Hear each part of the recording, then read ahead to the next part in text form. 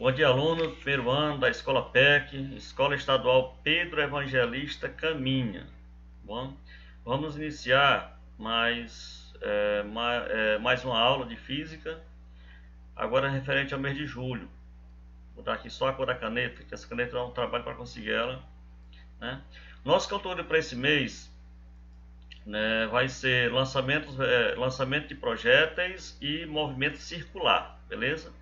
Então, lançamento de projéteis e movimento circular, a nossa disciplina é física e o professor, que você já conhece, o professor Edmilson, beleza? Bem, vamos resolver algumas questões. Essas questões irão ajudar vocês a responderem a atividade avaliativa.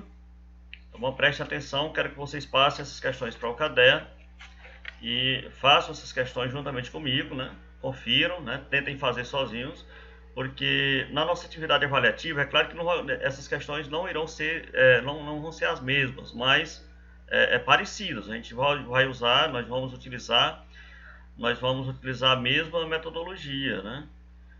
O importante para a gente é que vocês entendam e consigam fazer, beleza? Então vamos aqui para a próxima tela, que tem a questão 1. Sobre lançamento horizontal, beleza? Lançamento horizontal. Então vamos aqui, ó. Um objeto foi lançado horizontalmente do alto de um prédio, com velocidade de 15 metros por segundo, e o tempo de queda foi de 8 segundos. Então temos aqui o tempo de queda e temos aqui a velocidade. Determine, gente, ele quer que determine o alcance horizontal do objeto. Então, determine o alcance horizontal do objeto. Alcance horizontal, nós vamos utilizar a equação do movimento uniforme, né? Que tem a componente horizontal, né? No nosso livro lá, livro didático, a componente horizontal x. E se a velocidade já está em metros por segundo e o tempo é em segundos, vocês vão, para encontrar o alcance que o objeto conseguiu na horizontal, basta multiplicar a velocidade pelo tempo. Então, o que nós fizemos aqui? Multiplicamos x, que é a nossa componente horizontal, x vai ser igual a velocidade vezes o tempo, né? Quem é a velocidade? Na questão, 15. O tempo que ele deu, 8. 15 vezes 8 vai dar 120 metros. Então, o objeto ele teve um alcance na horizontal de 120 metros. Então, vamos marcar aqui letra B, né? Letra B, primeira questão. Então, se você tem a velocidade, e tem o tempo, né? Lembrando, gente, velocidade que a velocidade esteja em metros por segundo e o tempo esteja em segundos, que são as unidades que nós utilizamos, que são as unidades do Sistema Internacional de Unidades, beleza? Pois é, tem até um comentário aqui embaixo que eu coloquei, né? Que de posse do tempo gasto pelo objeto para chegar ao solo, pode-se determinar o alcance por meio da função horária da posição, né? Função do movimento uniforme, para o movimento retilíneo uniforme. Neste caso, o movimento é segundo a componente horizontal, ou seja, a componente horizontal é x, que se refere ao alcance, ou à distância, né? E a componente vertical, que nós vimos, né, no nosso conteúdo, a componente vertical é y, que se refere à altura, beleza? Então temos a componente, né? Temos a componente no lançamento vertical, nós temos a componente horizontal, que é x, né? Que vai calcular o alcance do objeto na horizontal. E nós temos a componente vertical, que é y, que vai utilizar as equações do movimento uniformemente variado, que ela se relaciona à altura, beleza? Vamos para a próxima questão. Então, como vocês viram na questão passada, para encontrar o alcance do objeto na horizontal, basta apenas multiplicar a velocidade pelo tempo. Lembrando, velocidade, né, em metros por segundo e o tempo em segundos, beleza? Então vamos aí questão 2. Essa questão 2, ela está na página, ela está no nosso livro didático, né? Ela é a questão 5, ó, da página 94, beleza? Vocês podem conferir no livro aí de vocês. Um grupo de pessoas resolve fazer um passeio em uma ilha e ao final do dia, né, percebem que devido à subida da maré, o barco havia se soltado da costa. Então, ilhados, um deles utiliza o celular para pedir socorro. Okay? Para o salvamento dessas pessoas, foi designado um avião que, voando horizontalmente com a velocidade 360 km por hora, a uma altura de 1.280 metros, em relação a esse grupo de pessoas, lançou um pacote com mantimentos para que eles pudessem passar a noite. Sabendo que o grupo estava em um local a 1.850 metros, esses dados são importantes, né, gente? Em uma direção horizontal do avião, determine se o pacote caiu antes ou depois desse local. Considere G, né, que é a nossa gravidade, a aceleração da gravidade, igual a 10 metros por segundo ao quadrado, e despreze a resistência do ar, beleza? Despreze a resistência do ar. Vamos lá. Muito bem. Gente, olha, nós temos a velocidade. Nossa velocidade, ela está em km por hora. O primeiro passo é transformar ela para metro por segundo. Como é que a gente faz isso? Km por hora para metro por segundo. A gente vai pegar o 360, né, km por hora, e dividir por 3,6. Então a nossa velocidade vai ser 100 metros por segundo. Vamos trabalhar com ela, 100 metros por segundo. Pronto, de posse dessas informações, nós não temos o tempo aí na questão, beleza? Para a gente encontrar o alcance do objeto, quando o avião soltou, a distância que ele caiu, que é o alcance, nós temos que ter o tempo para poder multiplicar a velocidade do avião, que já encontramos aí, que é 100 metros por segundo, pelo tempo. Lembra, gente, a velocidade estava em quilômetros por hora e nós transformamos para metro por segundo, beleza? Nós dividimos 360 por 3,6. Qualquer valor que esteja em quilômetros por hora, e você queira transformar para metro por segundo, basta dividir por 3,6, que aí você encontra a velocidade em metro por segundo. Bem, já que a questão não tem o tempo para a gente multiplicar pela velocidade e saber o alcance, né? A partir do momento que começou a soltar o objeto, até onde o objeto caiu, essa distância aí, que é a nossa componente horizontal, nós vamos utilizar agora a equação lá da componente vertical, que é y, né? uma equação do movimento uniformemente variado, para encontrar o tempo, tá bom? Lembrando sempre, x, que é a componente horizontal, se refere à distância, e y, a nossa componente vertical, que se refere à altura, beleza? Então vamos usar aqui essa equaçãozinha da nossa componente vertical, do movimento uniformemente variado, para que nós possamos encontrar o tempo de queda do objeto, tá bom? Tempo de queda do objeto. Então vamos lá, ó.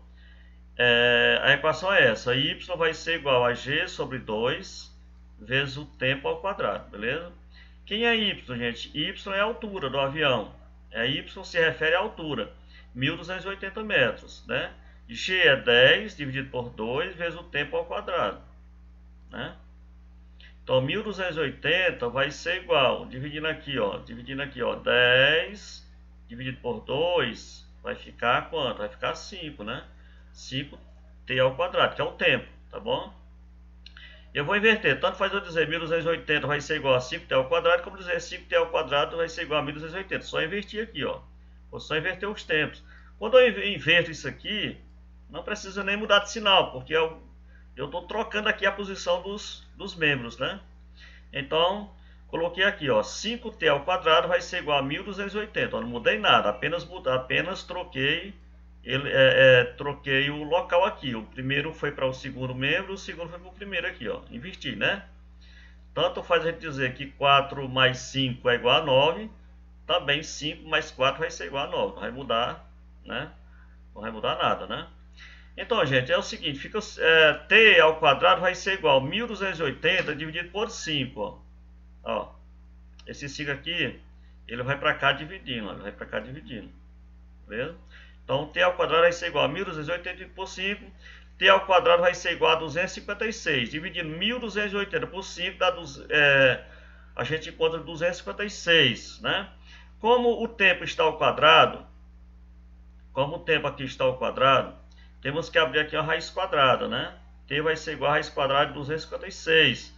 E a raiz quadrada de 256 é 16. 16 o quê? Segundo, gente. Por que segundo?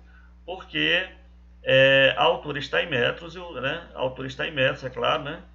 E a gente, se a altura está em metros, né, o tempo vai ficar em segundos, né? E a nossa velocidade que nós queremos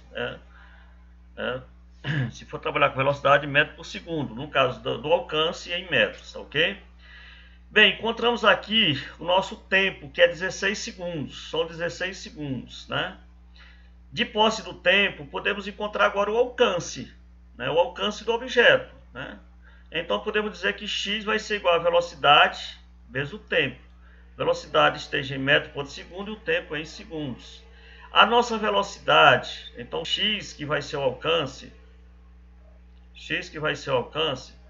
vai ser igual a nossa velocidade, que é 100 vezes 16, que é o tempo, né? Então, o alcance do objeto foi de 1.600 metros. 1.600 metros. O objeto caiu a uma distância, quando ele foi solto pelo avião, né? O avião soltou ele, então ele caiu a uma distância horizontal de 1.600 metros. Só que as pessoas, a partir do momento que o avião soltou o objeto, as pessoas estavam na distância de 1.850 metros. Então o objeto caiu antes, né? Se eu pegar 1.850 metros e diminuir do alcance do objeto, que é 1.600, então a resposta do livro fica assim, ó. A resposta do livro vai dizer o seguinte, que o pacote ali, ele caiu 250 metros antes do local em que as pessoas estavam. Beleza? Muito bem, vamos agora para a próxima questão. Questão 3. Vamos para a nossa questão 3. O menino, em um carrossel de raio de 4 metros, né? O menino passeia em um carrossel de raio de 4 metros. Sua mãe, do lado de fora do carrossel, observa o garoto passar por ela a uma velocidade de translação, gente. A velocidade de translação é aquela velocidade arrodeando, assim como a Terra rodeia o Sol, né? É a translação, né? Velocidade de translação de 100 metros por minuto. Determine a velocidade angular, gente, que de ângulo, se referente a ângulo, né? Velocidade angular do carrossel em radianos por minuto, né? A velocidade angular ela é medida em radianos, né? Pode ser por minuto, por segundo, né?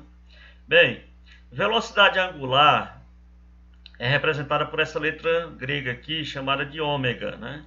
Então a velocidade angular, que é ômega, vai ser igual à velocidade do carrossel, a velocidade realmente que o menino estava, né? Dividido pelo raio.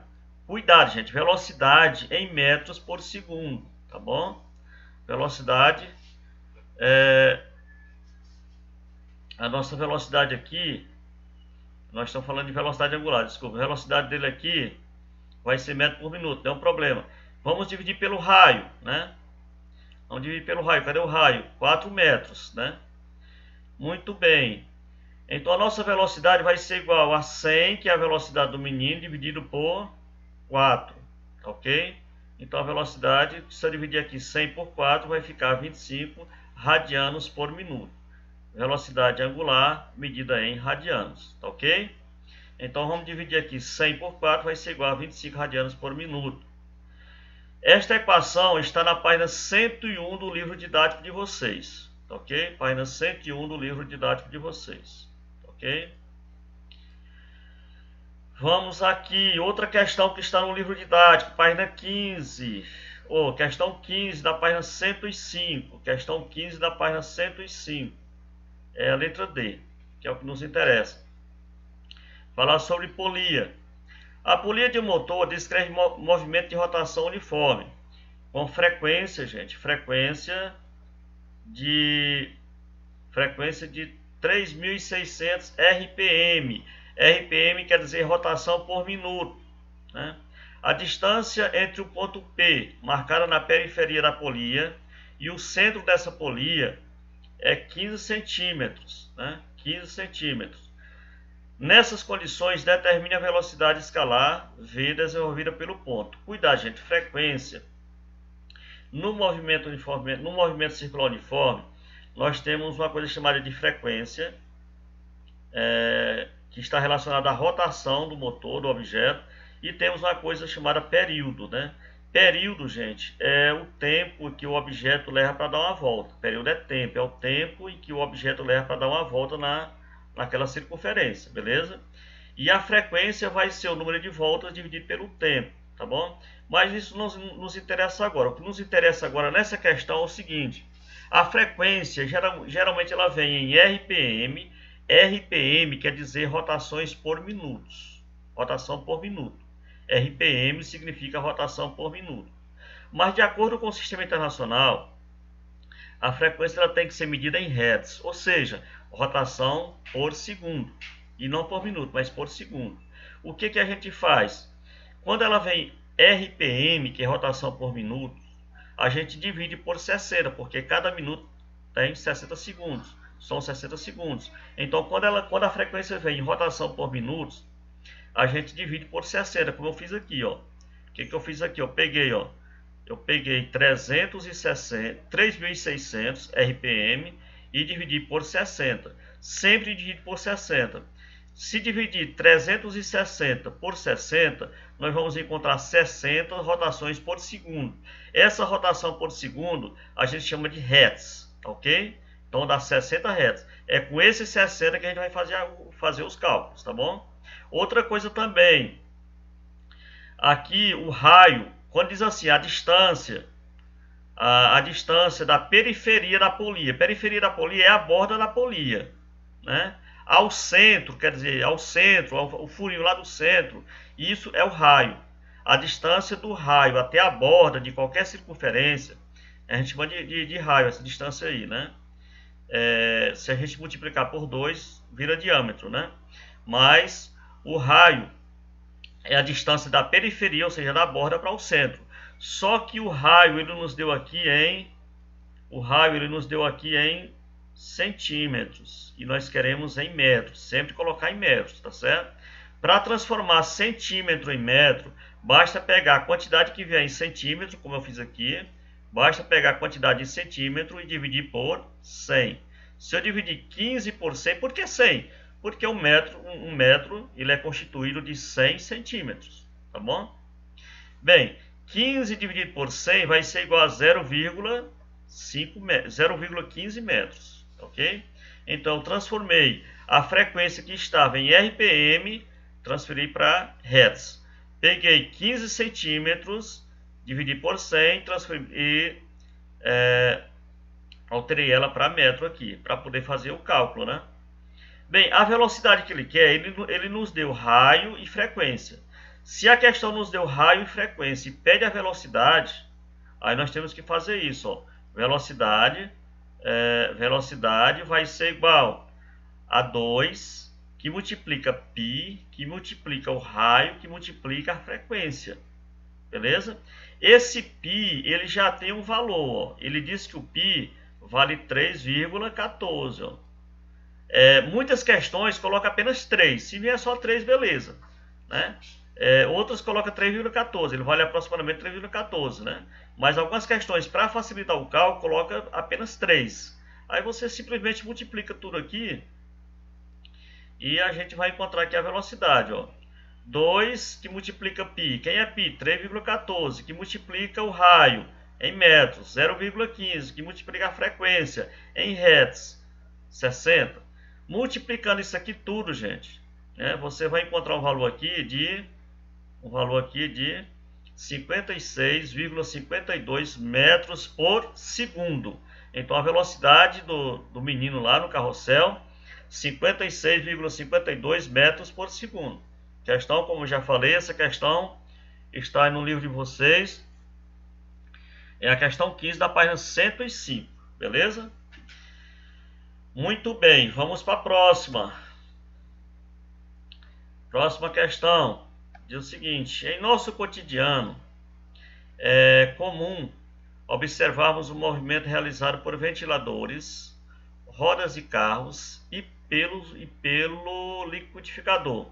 Todos esses exemplos de aparelhos que utilizam o MCU, quer dizer, movimento circular uniforme.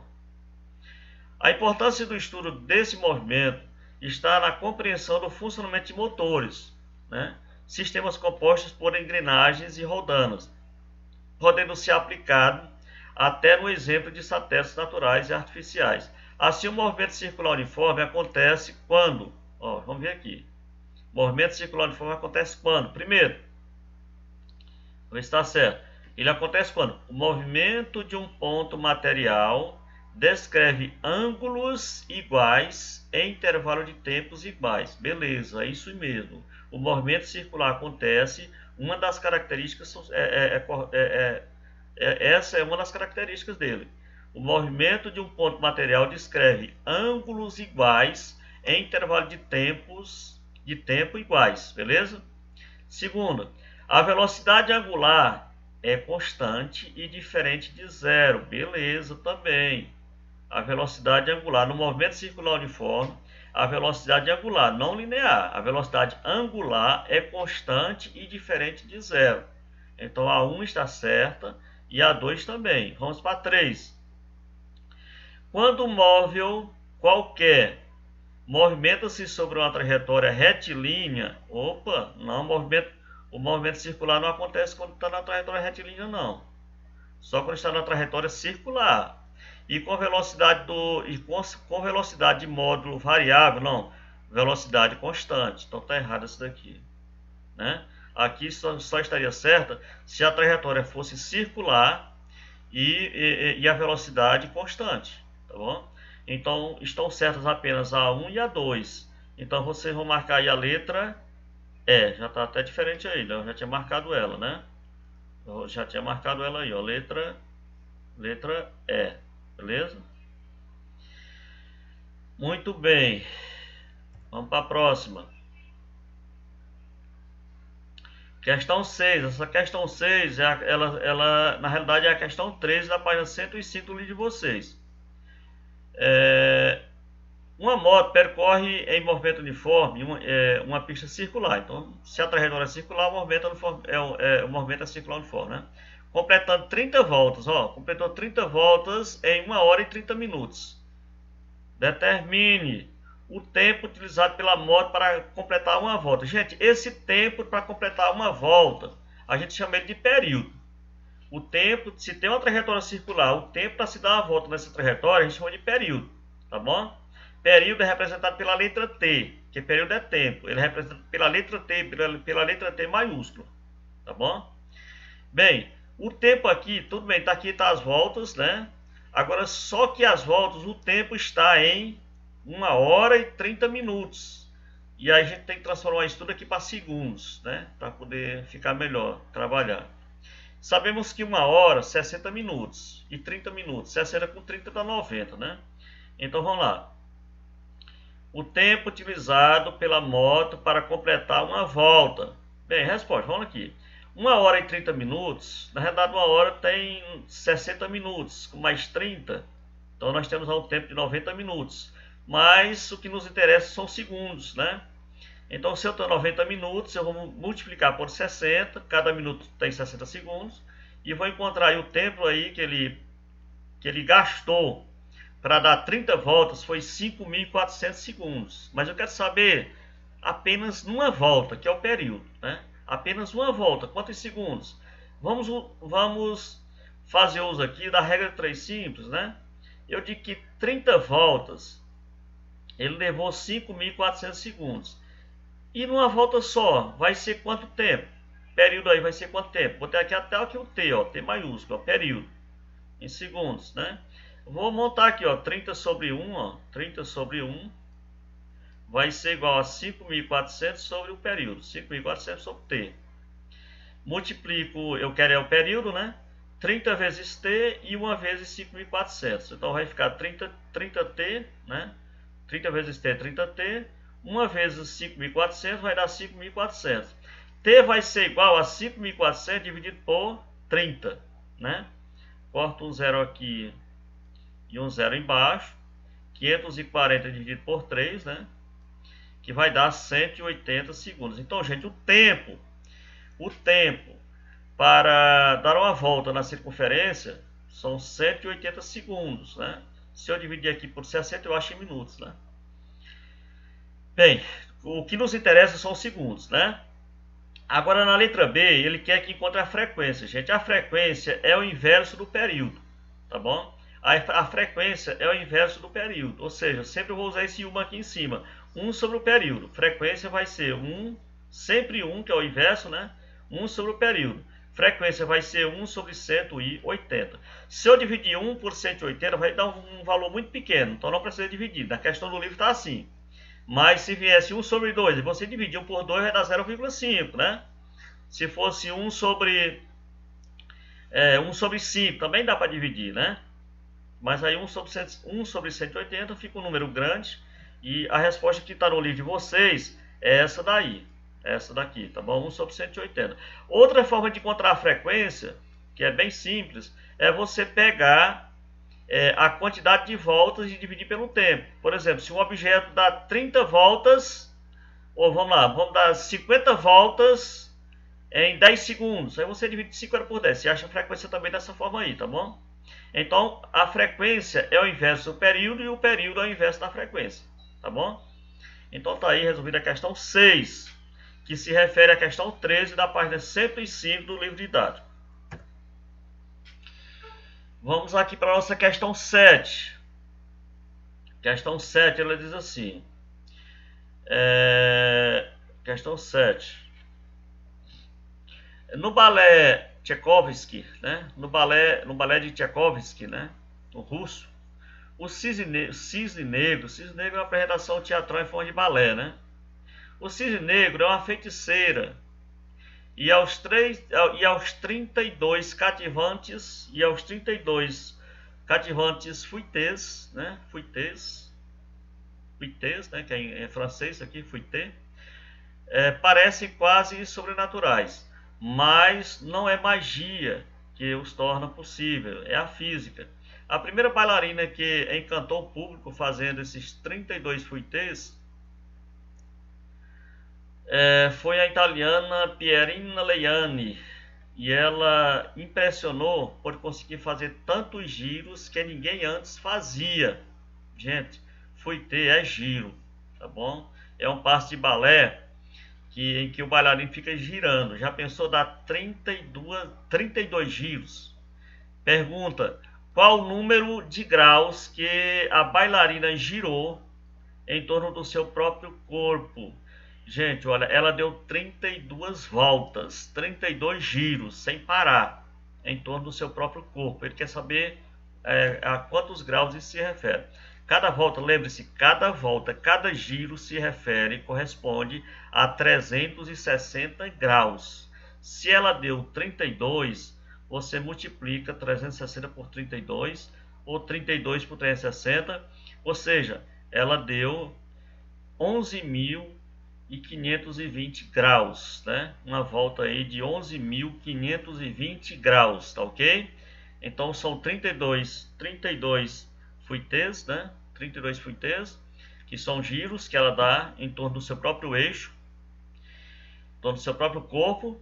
E isso equivale, cada giro equivale a 360 graus. Então, se a gente multiplicar 32 vezes 360, vamos encontrar 11.520 graus, beleza?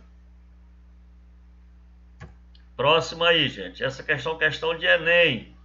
Ela caiu no Enem de 2013, sobre polias e roldanos, ok?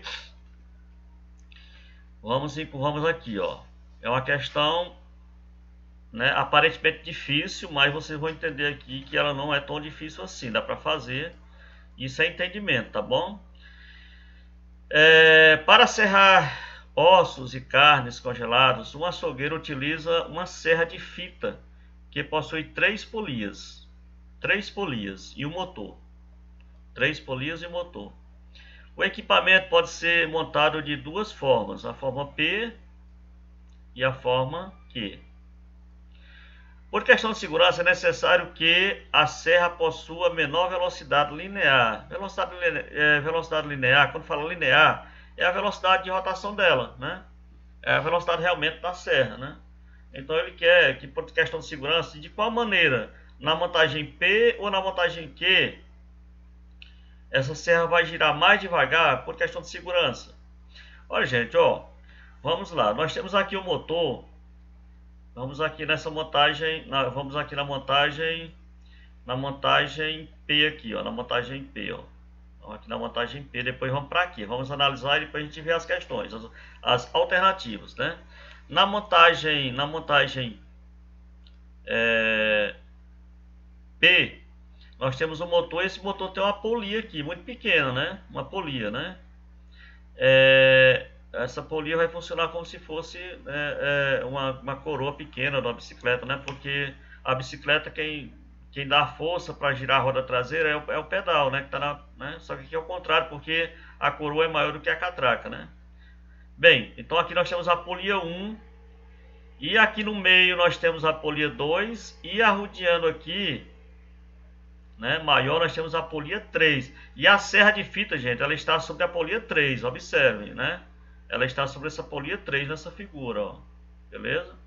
Olha, se as engrenagens elas forem encostadas para poder uma fazer com que a outra rode, né?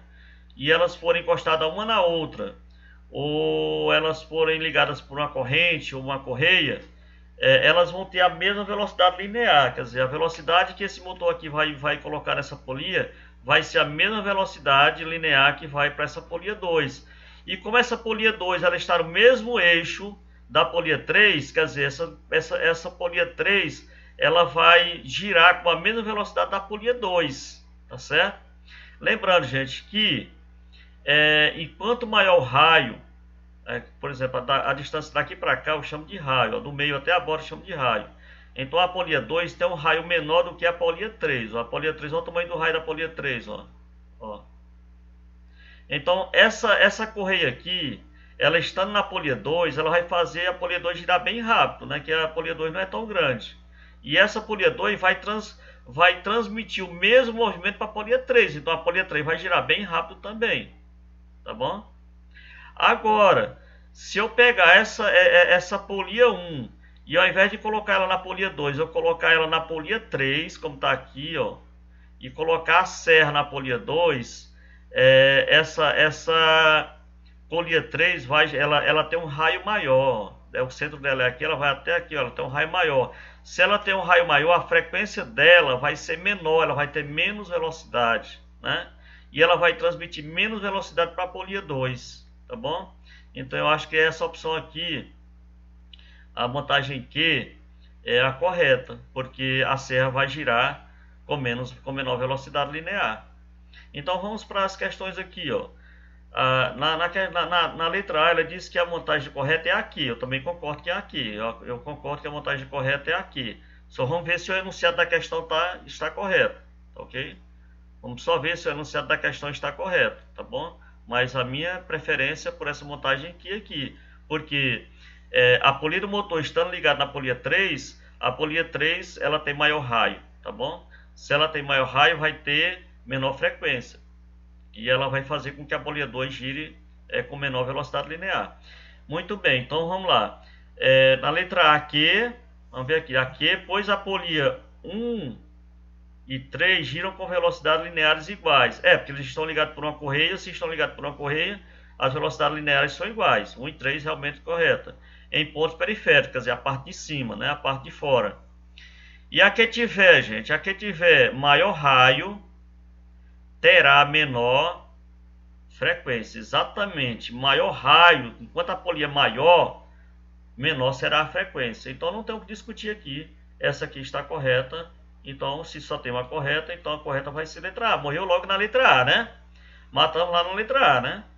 Porque aqui na letra B, ó, pois as polias 1 e 3 giram com frequências, não, frequências iguais não. Eles têm tamanho diferente, mas vão girar com frequências. Se eles têm raios diferentes, as frequências são diferentes. P, pois as polias 2 e 3 giram com frequências diferentes, a que tiver maior raio terá menor velocidade. Não, vamos ficar aí com a letra A. Beleza, já matamos na letra A, já está resolvido aí a questão. Então, se a gente vamos ficar lá na montagem Q, né? E a alternativa correta, alternativa A, beleza? Vamos para a próxima, questão 9.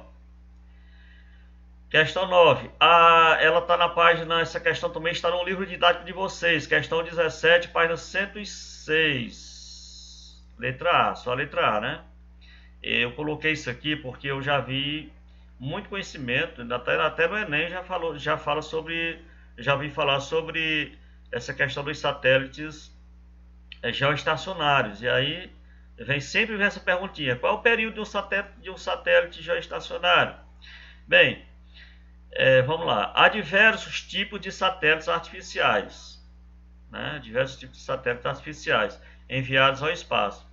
Nos casos das telecomunicações, são utilizados satélites geoestacionários.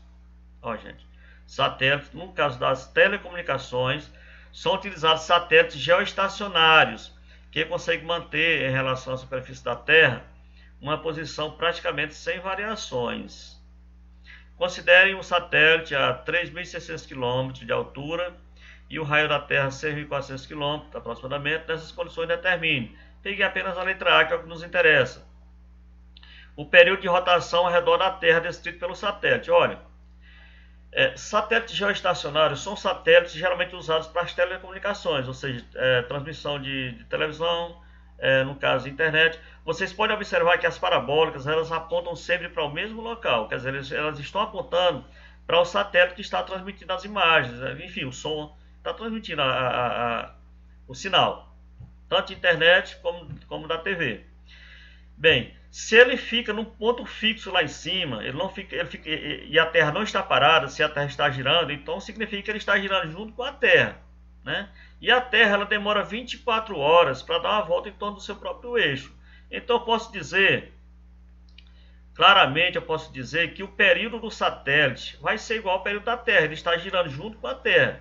Isso quer dizer que durante 24 horas ele vai dar uma volta completa, né, em torno do eixo da Terra, né?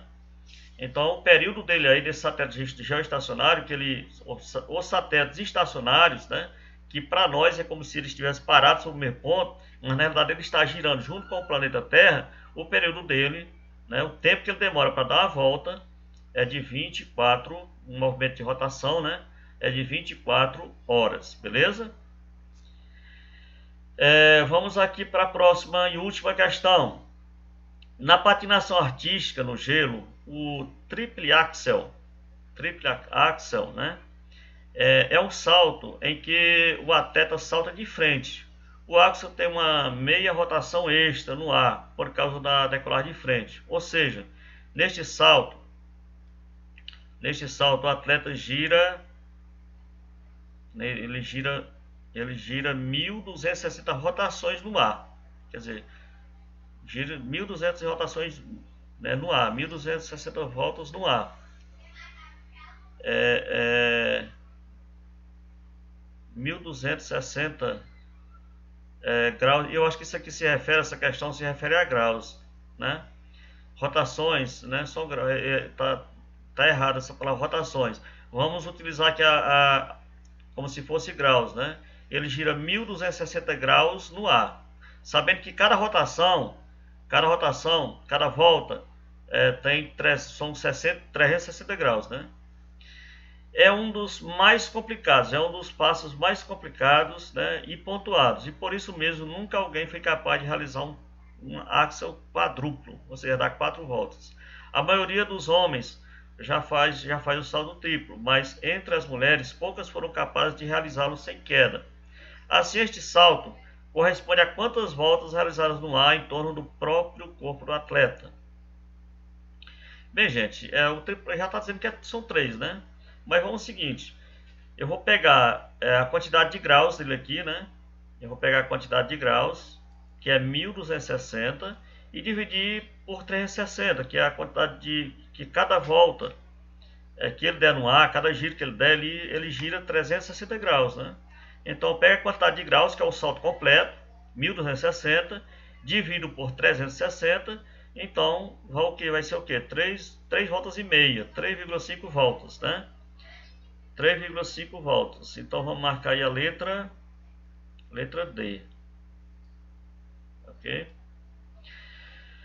Muito bem, pegamos aí a quantidade de graus, né, que ele girou no ar, né, 1260, e dividimos pela quantidade de graus que tem numa volta, né? Encontramos aí 3 voltas e meia. Bem, gente, chegamos ao final aí do nosso conteúdo, da nossa aula, né? Espero que isso ajude vocês a entender mais esse assunto. Estudem, pesquisem, vejam no livro de vocês, que tem muita coisa boa também aí, tem outras questões.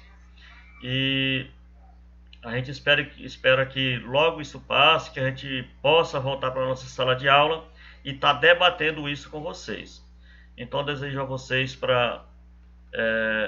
muita saúde, que fiquem em casa, que se curem, porque estamos passando por um momento muito difícil, né?